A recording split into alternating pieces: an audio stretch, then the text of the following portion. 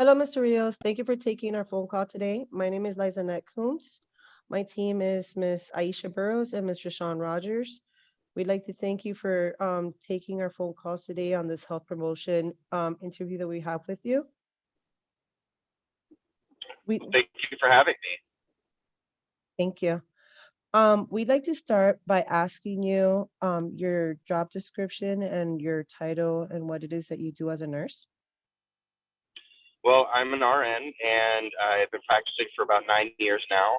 I am a travel nurse. I'm currently on assignment in Pensacola. I do mostly ICU crisis contracts.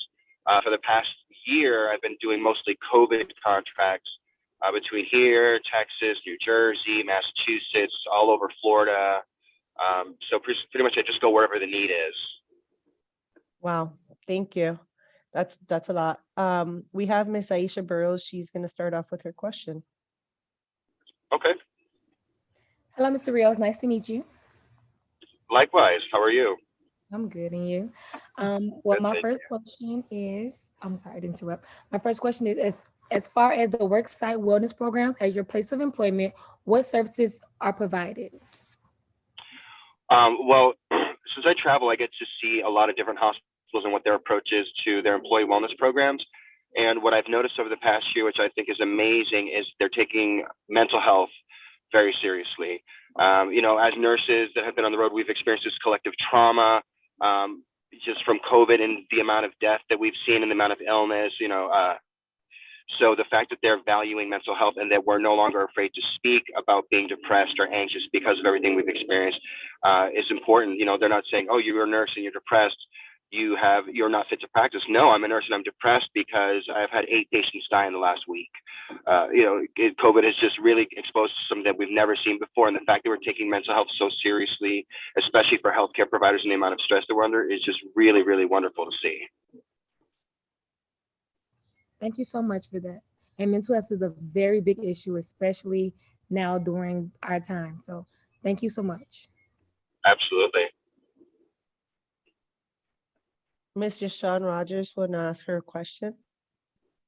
Hi, Mr. Rios. Hello. Thanks for meeting with us again on your way going to work. We really, really appreciate it. Absolutely, my pleasure. So my question for you is, do you think your personal beliefs and values influence your understanding in health promotion as an expert nurse? Oh, absolutely. I think, well, I went into nursing with the intent to help those who could not help themselves. I came from a very underserved area growing up. Initially, I wanted to be a physician, but then through helping other people in my family with their own health issues, I realized how important nurses were, not just for being there at the bedside, but for teaching. It's really important for nurses to, teach patients before discharge, during the process. I mean, the amount of teaching that we do, promoting healthcare, promoting wellness, is astounding. I didn't realize that I would be doing more teaching, not just as a nurse, but in everyday life. Especially because there are people who are aware that I'm a nurse and they want to ask me questions about their medications and things like that. And I have no problem taking the time and explaining to them, how to take their medications properly, what activities might help them get better, especially if they have limited mobility, things like that. So I'm constantly using it in everyday life to, just to help people live healthier, because I just feel it's really important. Thank you. Thank you. That was an awesome response. Thank you. Absolutely. We have 2 more questions, and I swear we'll stop bugging you for the rest of the day. As a critical care nurse, what obstacles do you face when providing healthcare promotion? Well, I think the biggest disparity you're going to see right now is access. A lot of people just do not have access to healthcare. In the ICU, we take everybody, regardless of your ability to pay. You're here, we're going to treat you, we're going to stabilize you, we're going to move on. But then the barriers you'll see are people without insurance, is getting them, whether it's they need rehab services, skilled nursing services, things like that. That's a huge obstacle because they don't have the resources to pay for it. So finding them, whether it's some sort of government health insurance or some sort of assistance to pay for it, access, I find, is the biggest obstacle that people are having right now. Yes, I can see that happening. It's just a tough situation overall.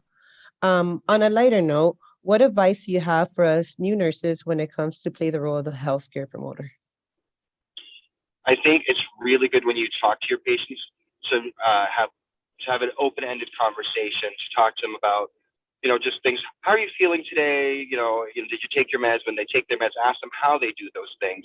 You can find out just by asking these open-ended questions that people a lot of times are not taking their meds correctly, or maybe they're taking an over-the-counter that they don't talk about that's causing them to have other problems. A lot of people don't know, for example, that they can't take iron supplements with the rest of their meds. So all of a sudden they're taking all their morning meds with their iron, and then all of a sudden it's not effective because iron is binding to it. So really learning how to take the time to have a conversation with your patients and just kind of feel them out. You'll be surprised the information that'll come out that'll really trigger a thought in your head to say, oh, you know what, this is probably the problem because of this action that's really not benefiting you. Okay. Yeah, that's really, really helpful. Education is one of the keys that we have been pushed a lot in nursing school. And seeing someone who's practiced for so long tell us the same thing, it's very refreshing, because I think all three of us have been on that for a long time. Yes. And it's difficult because nursing school is so different than real life practice because there are obstacles that you encounter that a textbook can't predict. Yeah, like our experience in clinicals were way different than what they taught us to do in school as far as delivering medications and things like that. So it's a very different type of feel when you actually get into the field and learn new things. You learn differently. You have to learn the facts to get things done. Yeah, and then sometimes you also have to learn how to negotiate with a patient. They'll say, oh, I don't want to take this without this, so you kind of have to play that game of negotiating with them to get them to do what needs to be done. All right. Well, I think that we've wrapped up all of our questions, unless you guys have any other follow-up. No, but thank you again. We really appreciate it.